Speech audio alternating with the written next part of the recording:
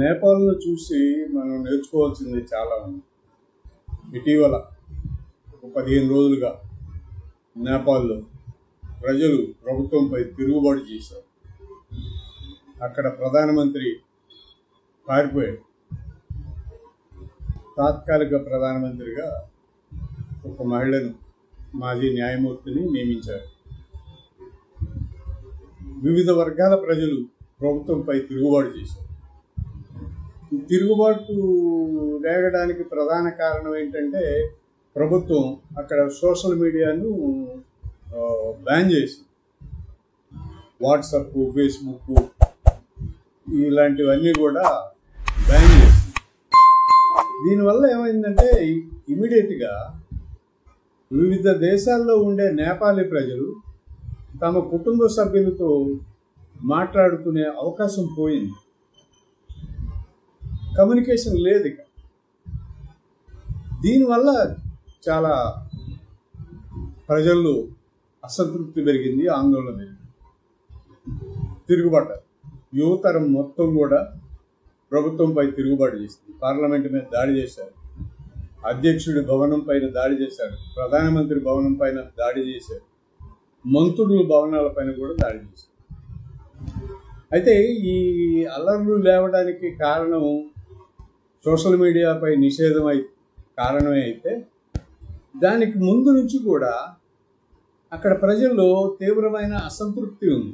చాలా చిన్న దేశం అది నేపాల్. మన ఈశాన్య భారతదేశం చివర అక్కడ ఉంటుంది. సో అక్కడ ప్రజలు చాలా కాలంగా అనేకమైనటువంటి సమస్యలను ఎదుర్కొంటున్నారు, చాలా అసంతృప్తితో ఉన్నారు. రాజకీయ నాయకుల్లో, ముఖ్యంగా మంత్రుల్లో అవినీతి తీవ్ర స్థాయిలో పెరిగిపోయింది. నిరుద్యోగులైనటువంటి యువకులు తాము జీవించే విధానానికి, మంత్రుల పిల్లలు జీవించే విధానానికి ఉన్న తేడాని కనిపెట్టేశారు. అబ్జర్వ్ చేశారు. విలాసవంతమైనటువంటి జీవితాలు, విలాసవంతమైన కార్లు, విలాసవంతమైన భవనాలు, బార్లు, పబ్బుల్లో షికార్లు, వాళ్ళు మంత్రుల పిల్లలు. వీళ్ళకేమో తినడానికి తిండి లేదు, చేయడానికి పని లేదు, ఉద్యోగాలు లేవు. దాదాపుగా 25 నుంచి 30% మంది యువత ఉపాధి లేక నిరుద్యోగులుగా నిలిచిపోయారు. అది అన్రెస్ట్, వాళ్ళలో అన్రెస్ట్ని పెంచింది. సో ఆ అన్రెస్ట్ కొంతకాలంగా వస్తూ ఉంది. ఎప్పుడు ప్రజలు ఈ మంత్రుల అవినీతుల గురించి చర్చించుకోవడం, మంత్రుల పిల్లల విలాసవంతమైనటువంటి జీవితాల గురించి చర్చించుకోవడం జరుగుతుంది కొంతకాలంగా.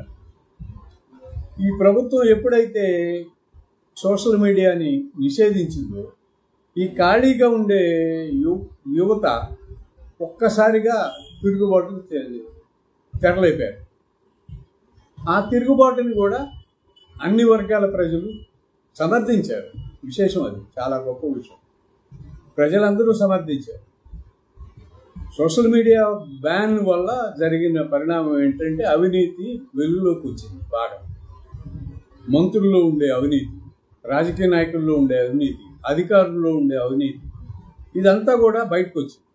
ఇదంతా కొంతకాలంగా ప్రజల్లో పేరుకుపోయిన అసంతృప్తి అన్నమాట. ఆ అసంతృప్తి సోషల్ మీడియా బ్యాన్ అనేది ఒక ఇగ్నైట్ లాగా వచ్చేసింది, ఇగ్నైట్ చేసింది. సో ప్రజలు తిరుగుబాటు చేశారు. చివరికి సైన్యం రోడ్ల మీదకు రావాల్సి వచ్చింది. సైన్యం రోడ్ల మీదకి వచ్చి కాల్పులు జరిపి, గాలిలో కాల్పులు జరిపి ఆందోళనకారులను తగ్గించి అదుపులోకి తెచ్చి తాత్కాలిక ప్రభుత్వాన్ని ఏర్పాటు చేశారు. ఇప్పుడు ఈ తాత్కాలిక ప్రభుత్వం ముందున్న ఏకైక లక్ష్యం ఏంటంటే మళ్ళీ ఎన్నికలు జరపాలి, పర్మనెంట్ ప్రభుత్వాన్ని ఏర్పాటు చేయాలి. ఆ బాధ్యతలు వాళ్ళు తీసుకుంటున్నారు. అయితే అక్కడ సోషల్ మీడియాని మళ్ళీ రిస్టోర్ చేశారు. సోషల్ మీడియా మీద ఉన్నటువంటి నిషేధాన్ని ఎత్తేసారు. వెంటనే సైన్యం రంగంలోకి దిగ్గానే, తాత్కాలిక ప్రధానిగా మహిళ రాగానే సోషల్ మీడియా మీద నిషేధం ఎత్తేసారు. ఆందోళనలు కూడా తగ్గిపోయినాయి కాస్త. ఇప్పుడు మన దేశంలో కూడా ప్రత్యేకించి ఆంధ్రప్రదేశ్లో కూడా ఈ సోషల్ మీడియా మీద దాడులు పెరుగుతున్నాయి. ముఖ్యంగా ప్రభుత్వం వైపు నుంచి. ప్రభుత్వాన్ని విమర్శిస్తే సోషల్ మీడియాలో వాళ్ళ మీద కేసులు పెట్టడం, దాడులు చేయడం జరుగుతుంది. ఇటీవల సుప్రీంకోర్టు కూడా చెప్పింది సోషల్ మీడియా మీద పోస్టులకి కేసులు పెట్టొద్దు అని. అయినా సరే పెడుతున్నారు. ఆంధ్రప్రదేశ్లో కొంచెం ఎక్కువగానే పెడుతున్నారు, బెదిరిస్తున్నారు, భయపెడుతున్నారు.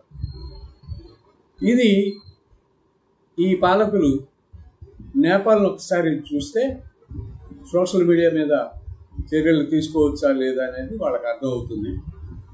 ఇప్పటికైనా మన పాలకులు కూడా నేపాల్ నుంచి ఆ గుణపాఠం నేర్చుకోవాలి.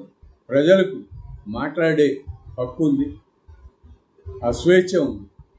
సోషల్ మీడియాను వాడుకుంటారు ప్రజలు. వాళ్ళ అభిప్రాయాల్ని సోషల్ మీడియా ద్వారా ప్రజలతో పంచుకుంటారు. దానికి అభ్యంతరం పెట్టాల్సిన పరిస్థితి అయితే ఉండకూడదు. ప్రభుత్వం ఆ దిశగా పనిచేస్తే మాత్రం నేపాల్ భారతదేశంలో కానీ, ఆంధ్రప్రదేశ్లో కానీ, మరి ఏ ఇతర రాష్ట్రంలోనైనా సరే నేపాల్ పునరావృతం అవుతుందని తెలియజేస్తుంది.